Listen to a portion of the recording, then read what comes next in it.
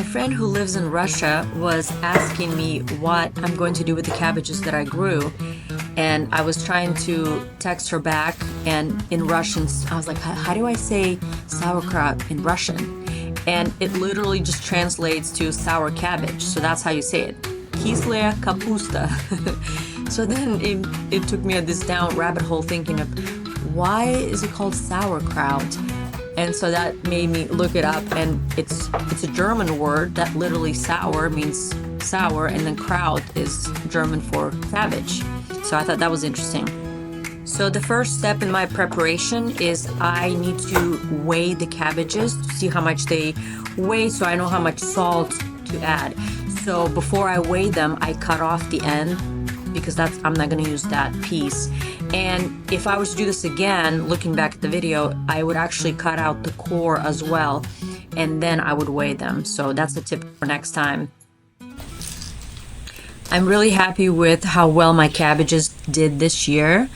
And we had such cool weather, cool spring, and my cabbages, my broccolis, they just love this weather. So I'm very pleased to have such big cabbages. Here I ended up a total of 6 pounds.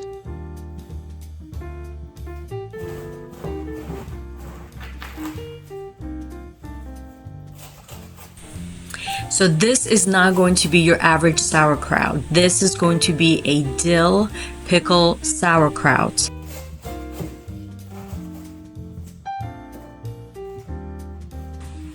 I got the inspiration to make this from my friend Emmy, who let me try some of the ones that she bought from Amazon.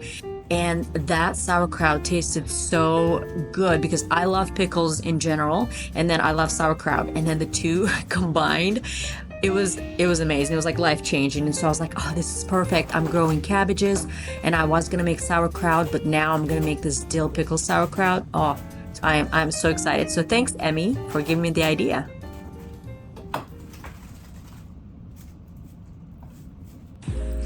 I want to give 2 tips over here about when you cut the cabbage. So tip number 1 is make sure that you cut off the center core, and you don't want that in your sauerkraut recipe. That's going to be very tough to chew and eat, so you don't want that. So cut that off. And here I show that even when I did that first time right there, I have a little bit left over, so I actually go back and I cut that off. So no core. And then tip number 2 is make sure that you check in between the leaves to see if there's any slugs and bugs and who knows what else is hiding. Even though I had my cabbages covered and protected from the elements, I still found a slug or 2 hiding in between the leaves. So check them. Next, I'm adding garlic. This one is from my garden, and I grew this one last year. I think the variety is Music.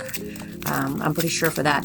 So that's pretty exciting. It lasted a whole year, and I'm actually getting ready tomorrow. We're going to be harvesting garlic for this coming season. So you'll have to stay tuned and watch that video coming out soon. So I used, I think, 12 cloves here. Over the years, I grew several varieties of garlic, some hard neck, some soft neck, and this one is called Music, and this is a hard neck variety of garlic, and I really love it. The cloves are way bigger than some of the other varieties I've done, so I'm really happy with this one. Okay, I see it now. It was 14 cloves of garlic that I used, and honestly, it's too much. I've tasted the recipe. It's been over a week, and I think it's too much garlic, so I wouldn't add that many. But I mean, maybe some people like more garlic than others, so you just have to try and see for yourself. Next up is an English cucumber, and I like an English cucumber better than, like the other fat cucumbers you can buy at the store, because those ones are more seedy. But an English cucumber, it's like nice and hardly any seeds or little seeds. Also, you want to keep the skin on because that just adds extra flavor.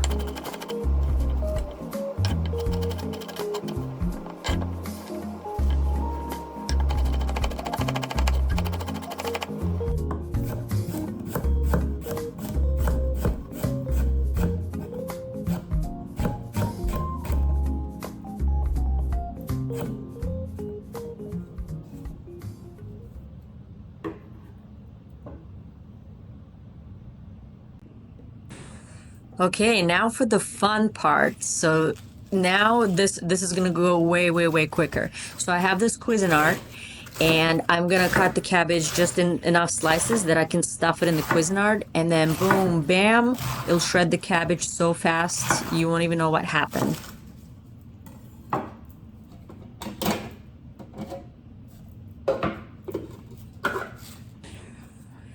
So my Cuisinart comes with this blade attachment, and it says 3 mm on it, so 3 mm, and it's perfect. It's perfect thickness for the cabbage just to go through, and it wasn't in big chunks at all, so I love it.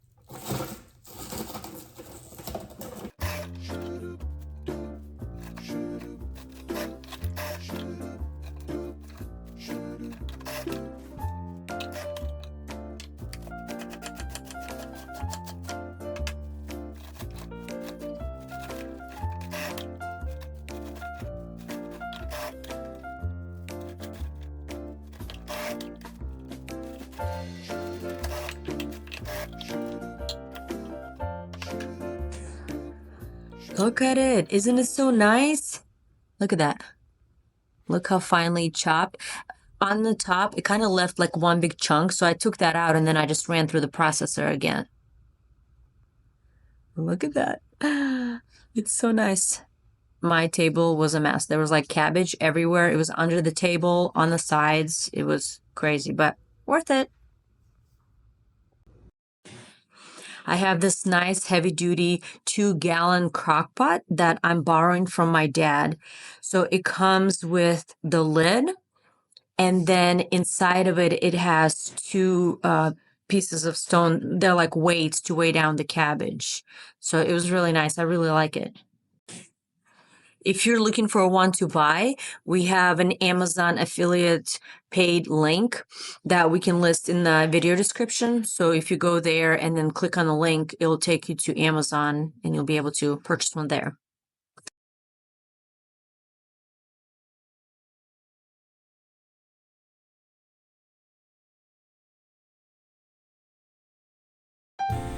Okay, back to the cabbage. So step one was growing the cabbage, and I grew 11 cabbages this year. And then step two was, what do you do with all of that? You can only eat so much raw cabbage, fresh cabbage, but then what do you do with the rest? So I'm making sauerkraut, and that's a way to preserve it. Back in the olden days, they didn't have refrigerators, so that's how they would preserve foods, is that they would ferment them. And I know that fermented foods are really good for you. They're, high in vitamins, but also they have probiotics, which are good for your gut health. So it's important to eat fermented foods. I left this part of the video on just so you guys can see my brain. I was so confused. In the moment, I was thinking about so many different things, like what should I do? Should I put this in first? That. So my brain had a little freeze at the moment. But looking back, that's so funny. Looking back, I love the Cuisinart for the cabbage, but like the cucumbers, I didn't have to run them through the Cuisinart. I would have just sliced them thinly by hand, and then the dill, I put it through the Cuisinart, but same thing, I would have rather just chopped it up by hand, and with a knife, obviously. And then also the garlic, because when I ran the garlic through the Cuisinart, the slices were like way too fat, and then later, like, I would find it in my sauerkraut, and it was like, it's not fun to eat. So I would chop up the garlic really finely.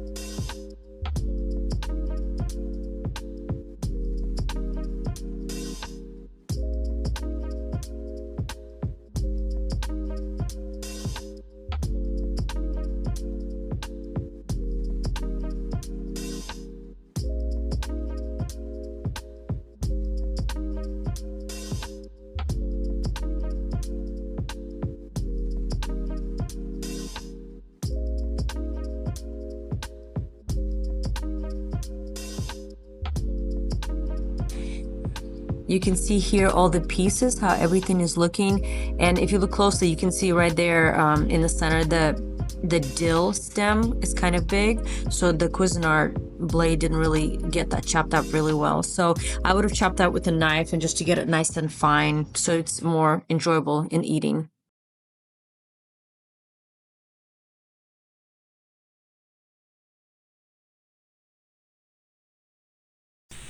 Remember I told you to make sure that you check your cabbage leaves to make sure there's no bugs and slugs? Well, I found one in mine, so they're definitely there hiding.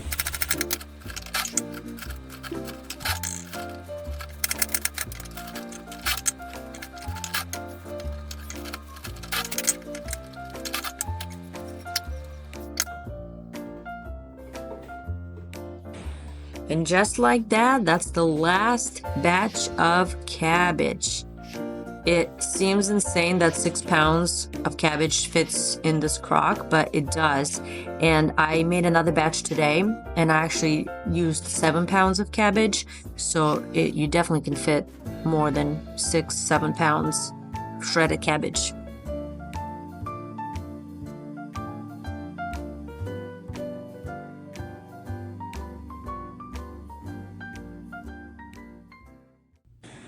For the fermentation to work correctly, you have to have the right ratio of salt to cabbage. So for every pound of cabbage that you have, you need to use 1.5 to 2 teaspoons of salt. So I had 6 pounds of cabbage, so I ended up putting in 12 teaspoons of salt, but I think at the end I even like added an extra one because I'm like, oh, I love salt. But after tasting the final result, I was like, whoa, that is way too much salt. And that's the one comment that I would get from my husband and from my neighbor and the people that tried it. They said, yeah, it's a little salty.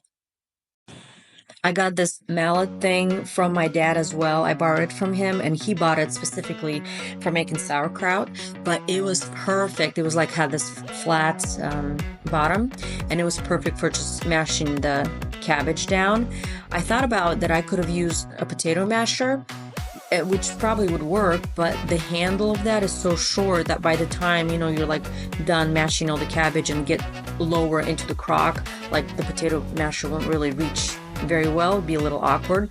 So this is nice. It has like a nice long handle and it made the job like so easy. So I did this for 5 minutes straight. And I know that because I timed myself and I was watching the clock. So 5 minutes straight, and then I let it, you know, I finished, and then I kind of put a towel over it so no bugs will get in. And I left it alone for, I don't know, 15 minutes, 20 minutes. And that allowed for the salt and cabbage to marinate and just produce extra juice. And also the cucumber, having a cucumber in this recipe really added a lot of extra juice. So that's one of the things I've noticed when making sauerkraut from before, is that you just can't get enough juice. Like you mash it and it still kind of seems, you know, not enough liquid to cover everything.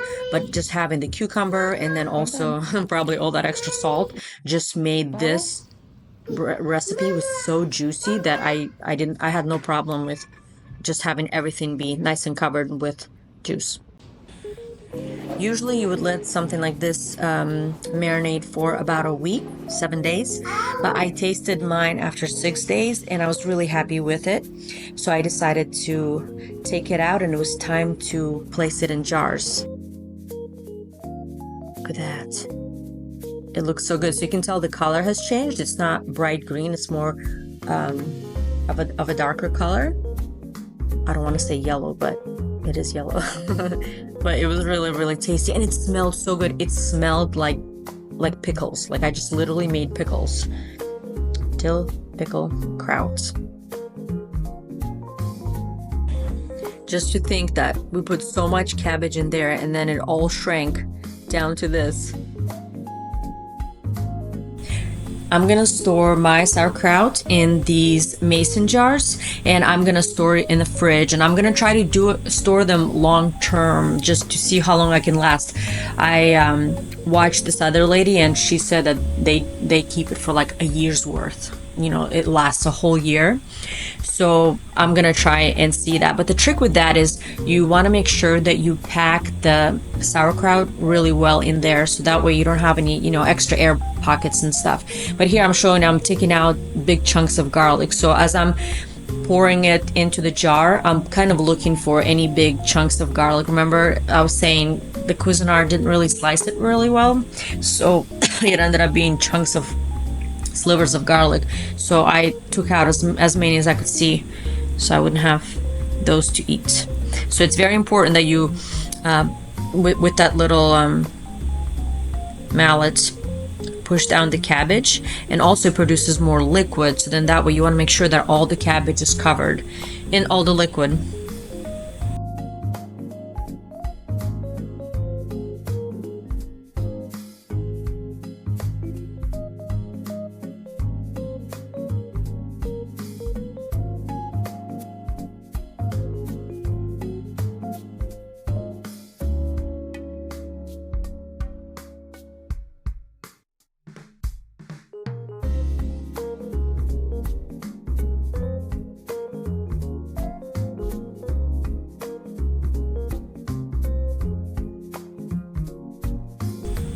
It's such a satisfying feeling knowing it's something that you produced with your own hands. The cabbage I grew, the garlic in it I grew myself, the dill I grew myself.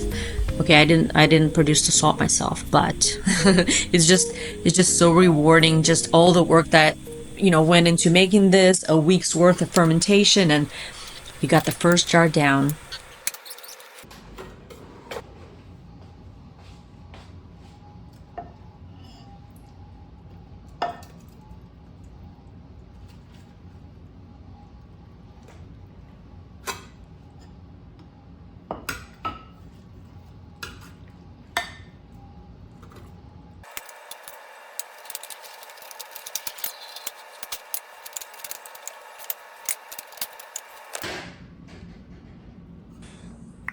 So here, I'll show you up close how I pack the cabbage down. So then that way at the top I have like an inch or so of liquid. So you want to make sure that none of the cabbage is exposed, so that way it doesn't mold and get yucky.